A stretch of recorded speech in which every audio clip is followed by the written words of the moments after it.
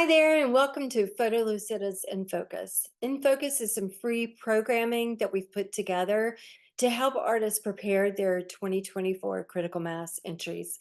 I'm Holly Gaillard. I am the program director for Critical Mass. Today I'm speaking with Peter M. Krask, Photolucida board member, Critical Mass prescreener and juror. He's also a writer photographer whose work has been published, produced, and exhibited nationally.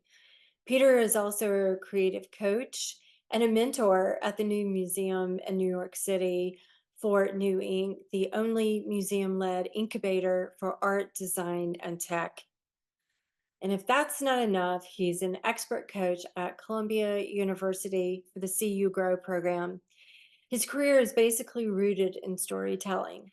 So today, let's pick Peter's brain and figure out how to write a meaningful artist statement in only 250 words. Hi, Peter. How are Hi, you doing? Polly. I'm good. How are you? Good to see Good. you. Thank you for being with us today and to talk about writing an artist statement for critical mass. I know that it's a daunting process, and now that we can have to limit it to 250 words, we're hoping you can give everybody some tips on that.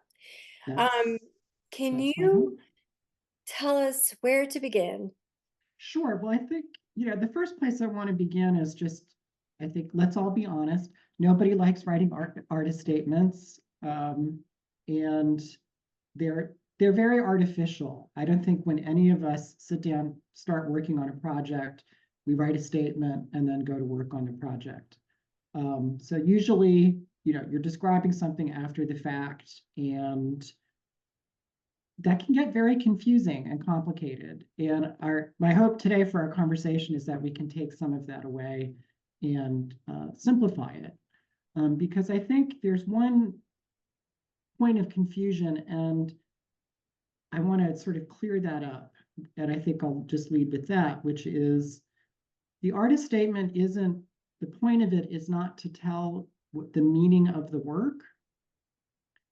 The artist statement is there for me as a viewer or me as a juror or pre-screener to find a way in, to have our footing and to be grounded in the images.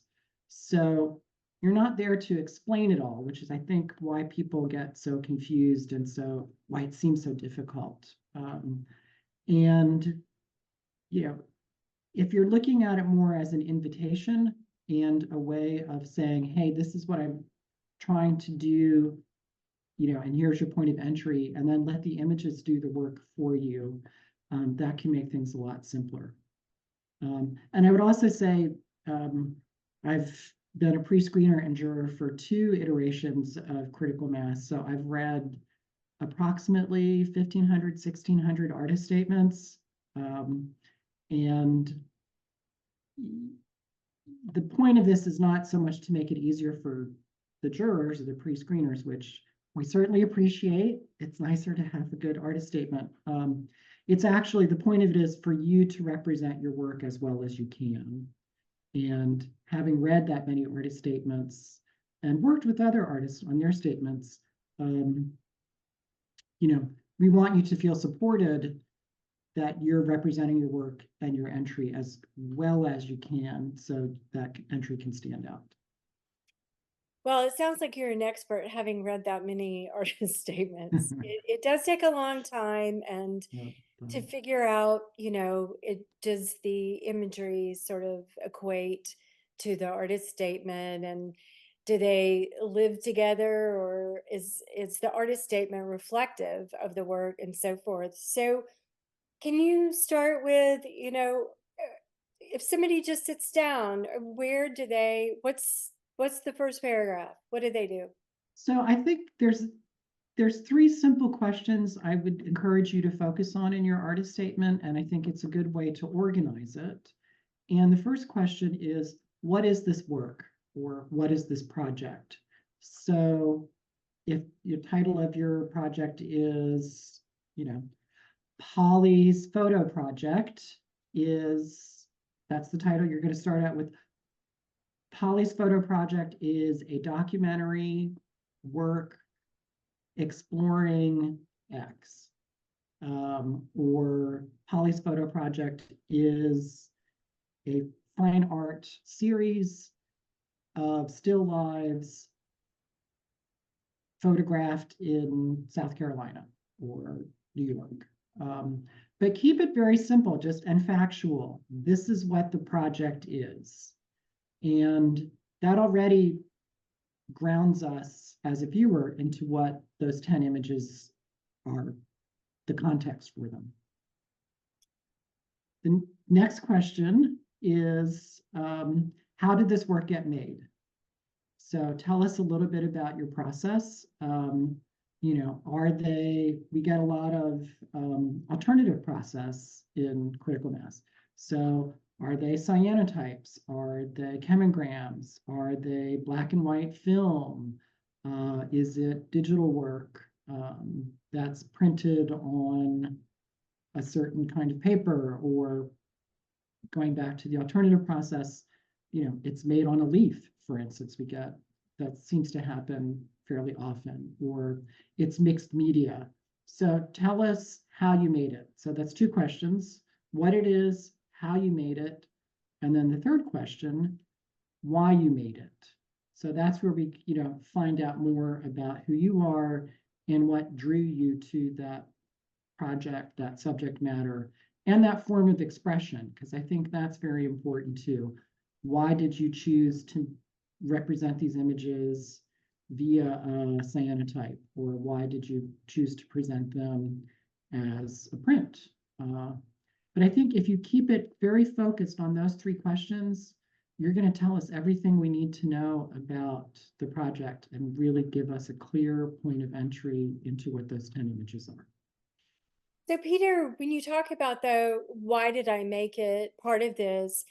Can that be a very personal statement? Yes, I think, and it can really encompass a whole variety of meanings. I think what I would like to see, or what I would encourage people to think about, is what was the thing that first got you excited about that project? Because we all have that moment on a project where you're sort of casting about for an idea, or you're trying different things, or you start noticing something that really captures your interest, and then that light bulb goes on. You would think, aha, this is kind of the thing I want to pursue, and I feel like I'm hot on the trail of something. So if we can learn more about that, that point of attraction, that point of curiosity, that point of excitement, if you can give us information about that, that'll give us a chance to get excited about it too, or to develop curiosity. And that can be a very personal reason. I think one of the interesting things with critical mass is the wide range of work and the wide range of subject matter, and everyone's coming at it with something very personal. Obviously, nobody's going to invest all the time in a project unless it is something you really care about and are deeply passionate about. So tell us about that. But I think, again, think of that point, that initial moment where the switch flipped, where you're like, I know I'm onto something. So, Peter, does a juror read the statement before they look at the work, or after they've seen the work, or at what point in the process? That is a good question. I don't know the answer to it. I think we have to ask each juror individually, but my experience, I can only speak from my experience. I tend to read the statement first because we're only looking at a short edit. So, most projects, let's say, are 30 to 50 images, or, a book is longer. So I want to have a way of understanding what I'm looking at and getting a sense of what are these images trying to do. So I tend to read the artist statement first. But in speaking with other pre-screeners and jurors, sometimes they do it after they evaluate all of the images and then connect back and see how those things link up or not. Or sometimes, you're like 5 images in, and then you read the artist statement to be like, am I on the right track? So I think it's very personal on how the jurors, what their process is to evaluate it individually. But the most important thing is, does the statement support the image, in the best way possible? Can we draw that line that's very clear? Because if it's not clear, that starts setting up all kinds of questions for the juror. And that's the trap you want to avoid. You don't want to give the juror that opportunity to be like, wait a second, I'm not sure, So I digressed, but I think the answer is, depends on the juror. So, what kind of language should a statement be written in? Does it need to be a super formal language?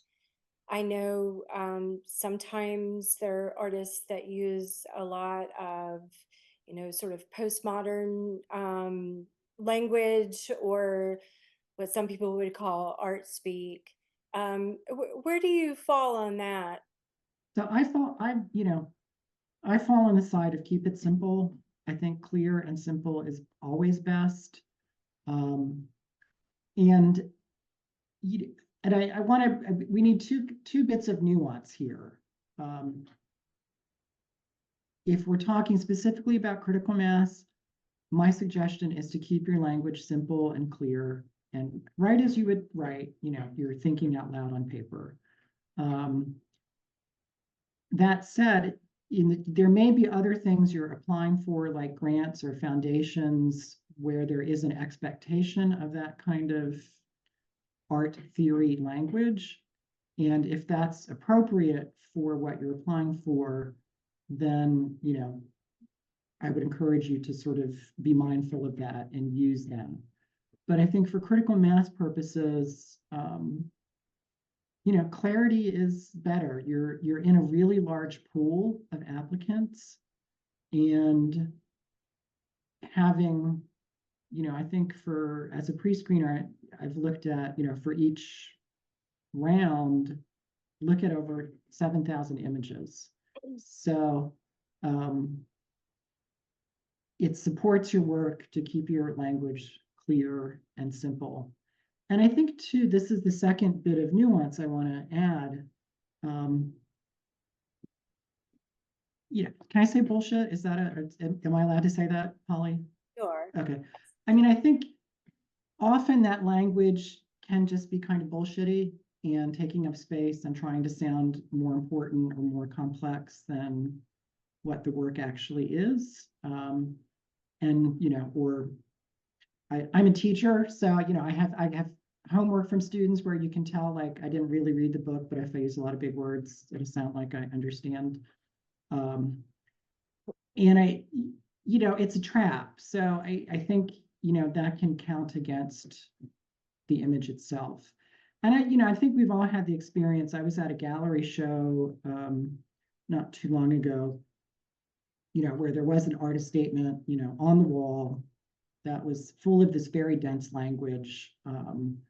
And the images were alternative process, and it was like a cyanotype of abstract shapes, and somewhere in the artist statement it said that these abstractions and the process was creating a new moral paradigm for images and a new moral paradigm of understanding.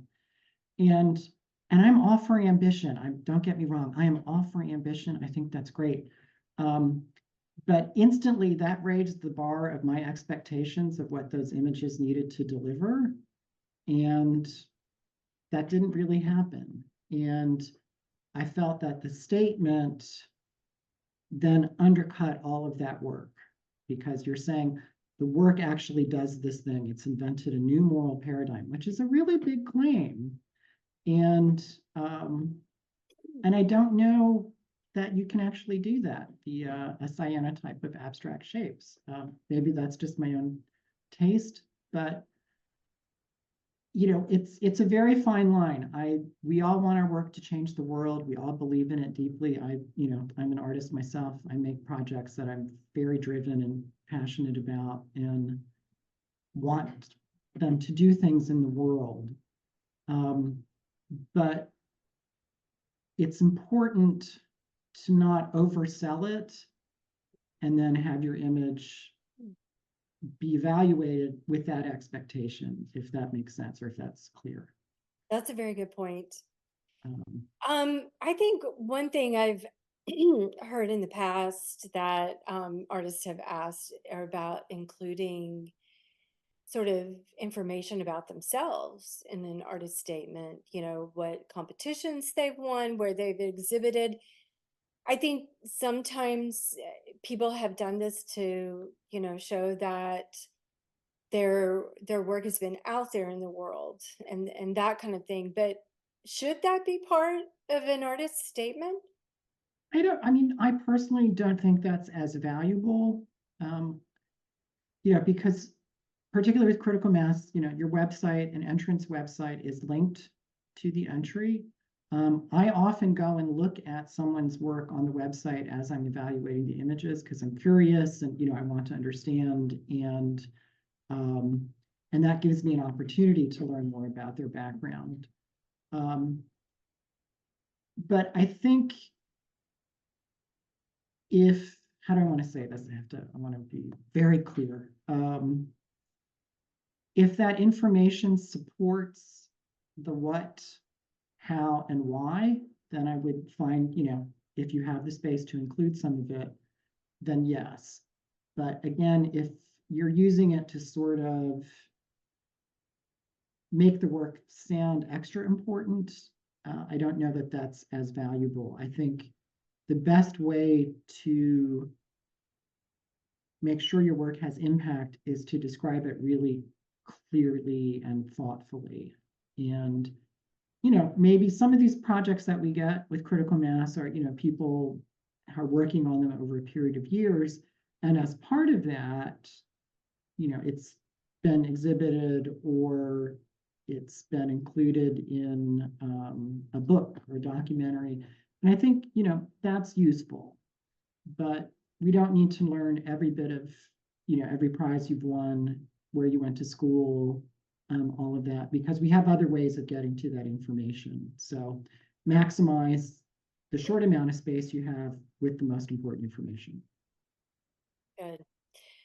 Is there any way that someone can check their artist statement to make sure that it really reflects their work? How do you check that? Oh, that's a really good question. I have to ponder that for a second and strike my beer thoughtfully for a second. I would say, yes, definitely, who is your good colleague? Who's your good peer that's on your vibe, who understands what you're trying to do, that's been involved in your project? Um, run it by them.